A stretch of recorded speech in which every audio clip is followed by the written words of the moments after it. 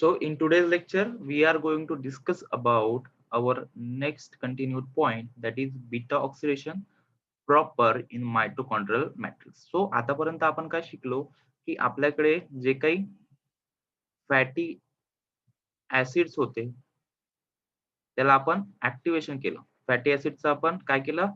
Activation केलं आणि fatty ऍसिडचं activation झाल्यानंतर आपल्याला काय मिळालं?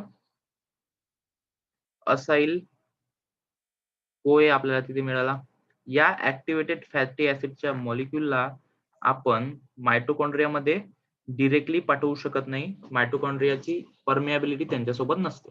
सो आपल्याला काय करायचंय इथे कार्निटिन कॅरियर सिस्टीम नावाची सिस्टीम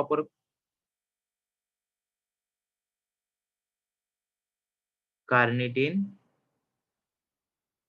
कॅरियर सिस्टीम या कॅरियर सिस्टीमने काय केलं आपण असाइल कोए आपला काय केला मायटोकॉन्ड्रियाच्या मॅट्रिक्स मध्ये आपण तिथे पाठवलं.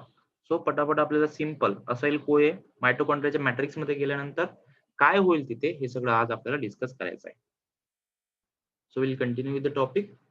So each cycle of beta oxidation liberating 2 carbon unit acetyl coenzyme A. 2 कार्बनचा आपल्याला acetyl coenzyme A आपल्याला इथे लिबरेट करायचा आहे आणि हाच acetyl coenzyme A काय करेल पुढे? हाच acetyl coenzyme A पुढे आपला ETS किंवा ETC इलेक्ट्रॉन ट्रान्सपोर्ट चेन मध्ये एंटर होईल आणि सॉरी क्रेब सायकल मध्ये एंटर होईल. This acetyl coenzyme enters into the TCA or Kreb cycle. TCA किंवा क्रेब सायकल मध्ये तो एंटर होईल आणि त्याच्यापासून आपल्याला ATP, NADH, FADH2 चं फॉर्मेशन होईल आणि तेच NADH2, FADH2 काय होईल ETS मध्ये एंटर होईल आणि त्याच्यापासून आपल्याला ATP मिळेल. म्हणजे अल्टिमेटली काय केलं आपण फॅटी ऍसिडचं ब्रेकडाऊन केलं आणि त्याच्यापासून आपल्याला ATP डिराईव्ह केले. So proper beta oxidation step ही आपल्याला 4 स्टेप मध्ये आपण त्यांना डिवाइड करू शकतो.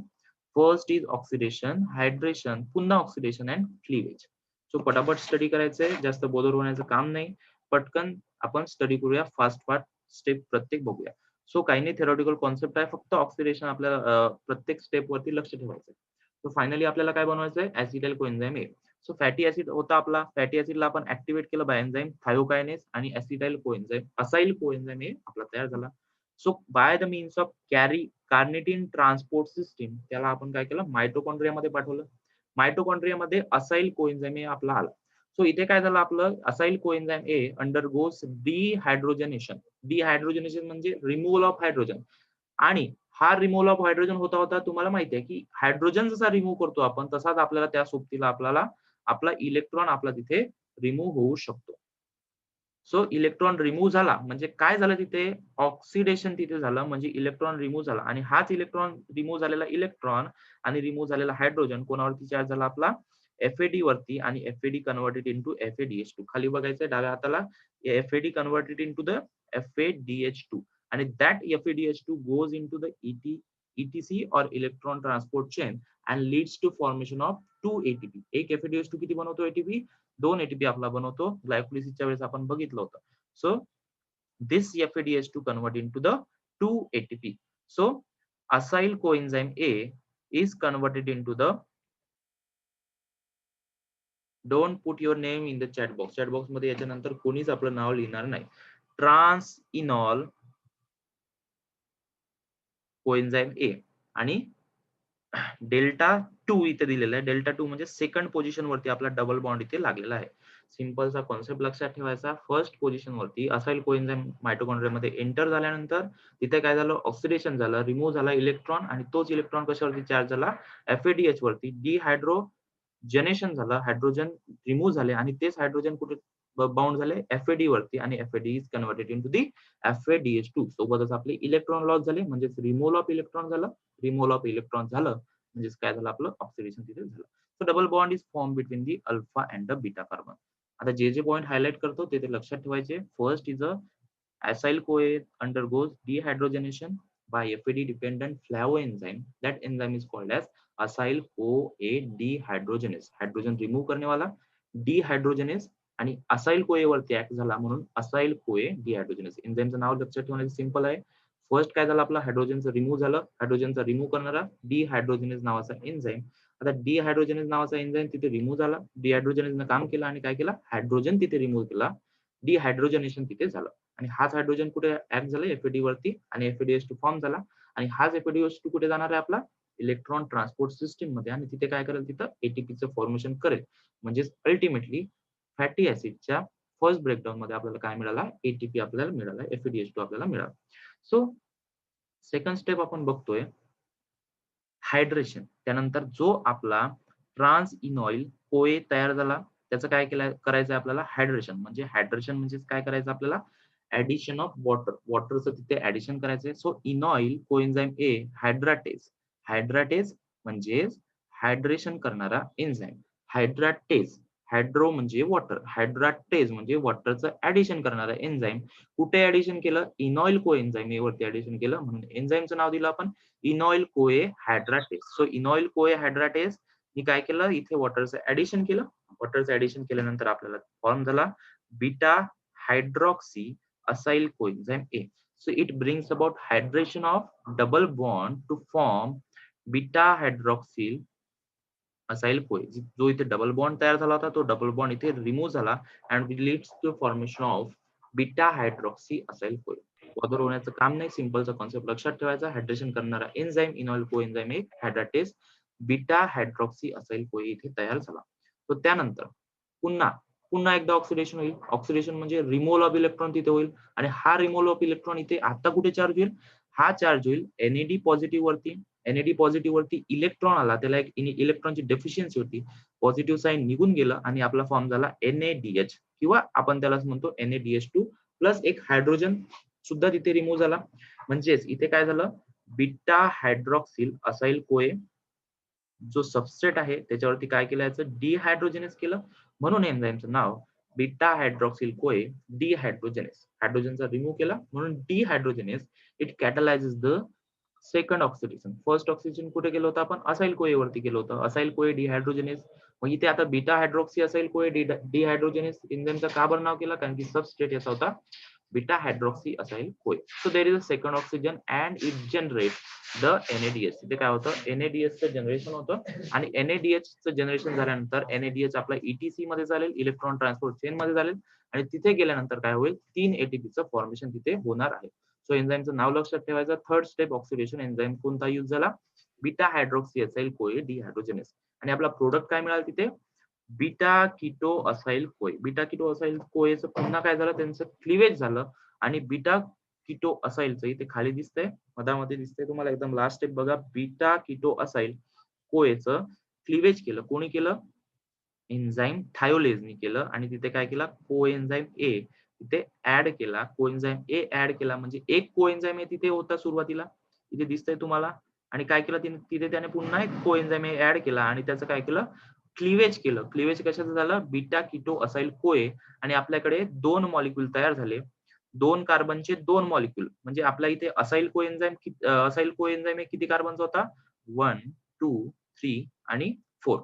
4 कार्बनचा acyl CoA split into the 2 carbon acyl CoA and 2 carbon acetyl CoA. There is a difference between acyl CoA and acetyl कोए.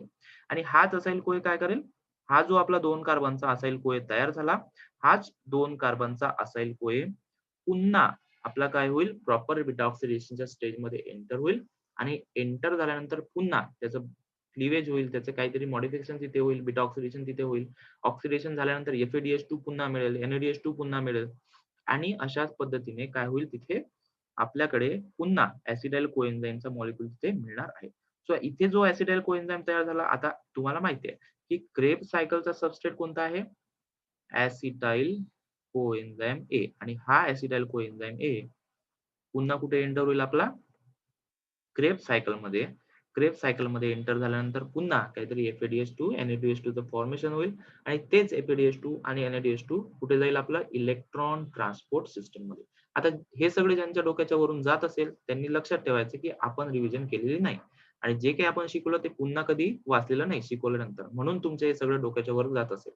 सो अल्टिमेटली क्रेब सायकल वरती ऍसिटाइल कोएन्झाईम कुठे एंटर होणार आहे, आपला क्रेब सायकल वरती. आता हे सगळं होत असताना एक थेरॉटिकल बघूया. क्लिवेज बद्दल. So the final reaction in beta oxidation is the liberation of 2 carbon fragment acetyl coenzyme from acyl CoA. Acyl CoA पासून 2 ऍसिटाइल कोएन्झाइमचे मॉलिक्युल्स आपले तयार झाले. So this occur in thiolytic cleavage of catalyse by beta keto acyl CoA thiolase नावाच्या एन्झाइमने तिथे और simply थायोलेज नावाच्या एन्झाइमने ही reaction हे केली, कॅटलाइज केली. So the new acyl CoA containing 2 carbon less than the original re-enters into the beta oxidation cycle. त्यांचं पुन्हा beta oxidation मध्ये ते पुन्हा री-एंटर होतील. This process continue till the fatty acid is completely oxidise. जोपर्यंत fatty ऍसिडचं complete oxidation होत नाही तोपर्यंत ही प्रोसेस आपली कंटिन्यू चालणार आहे. सो आता टोटल एटीपी इल्ड आपला किती झाला ते आपण आता डिस्कस करूया. सो जर पाल्मिटिल कोएन्झाइम नावाच्या पाल्मिटिक ऍसिड नावाच्या फॅटी ऍसिडला आपण ब्रेकडाऊन केलं तर त्यापासून आपल्याला 7 बीटा ऑक्सिडेशनची सायकल आपण चालवू शकतो. सो जर एका फॅटी ऍसिड एक पाल्मिटिल कोएन्झाइम ए पाल्मिटिक ऍसिड और पाल्मिटिल कोएन्झाइम ए याच्यापासून आपण 7 cycle of beta acid beta ऑक्सिडेशनचं आपण चालवू शकतो. त्याबद्दल आपण डिस्कस करतो. 7 वेळा बीटा ऑक्सिडेशन आपण त्याचं करू शकतो. सो 7 वेळा बीटा ऑक्सिडेशन केलं, तुम्हाला माहिती आहे की एका बीटा ऑक्सिडेशनच्या वेळेस किती FeDH2 तयार होतो? 7 FeDH2 तयार होतो. सॉरी 1 FeDH2 तयार होतो. मग 7 सायकल जर बीटा ऑक्सिडेशनच्या चालवल्या तर 7 FeDH2 तयार झाले. आणि 1 FeDH2 ETS मध्ये गेल्यानंतर आपण डिस्कस केलं होतं अर्ली स्टेज मध्ये ETS जेव्हा शिकत होतो. 1 FeDH2 किती एटीपी यील्ड करतो? आपला 2 एटीपी यील्ड करतो. म्हणजे टोटल एटीपी यील्ड किती झाले आपले? 14 एटीपी तिथे तयार झाले. 7 NADH2 पुन्हा तयार झाले आपल्याकडे आणि 1 NADH2 किती एटीपी फॉर्म करतो आपला ETS मध्ये गेल्यानंतर? 3 एटीपी तयार करतो. 7 21 म्हणजे 21 एटीपी इथे तयार झाले. त्यानंतर 8 ऍसिटाइल कोएन्झाइम आपली इथे तयार होणार आहे. 8 ऍसिटाइल कोएन्झाइम का बरं? कारण की शेवटचा असाइल कोएन्झाइम पुन्हा काय करेल? ऍसिटाइल कोएन्झाइम मध्ये कन्वर्ट करेल. जो शेवटी एक असाइल कोएन्झाइम आपला राहील. तर 8 ऍसिटाइल कोएन्झाइम इथे तयार झाले. It oxidize by citric acid cycle आणि सिट्रिक ऍसिड सायकल मध्ये ऍसिटाइल कोएन्झाइम एक गेल्यानंतर तुम्हाला माहिती आहे की तिथे 12 एटीपी तयार होतात. 12 गुणिले 8 96 एटीपी इथे तयार झाले आणि total energy from 1 molecule of palmitoyl coenzyme gives 131 ATP. 131 ATP तिथे मिळाले. आणि ऍक्टिव्हेशन साठी किती एटीपी लागलेले होते आपल्याला? Energy utilise for the activation that is formation of palmitoyl coenzyme A. त्यासाठी आपल्याला फर्स्ट ऑक्सिडेशनच्या वेळेस बघितलं आपण की तिथे काय लागतं आपल्याला? 2 एटीपी तिथे लागतात.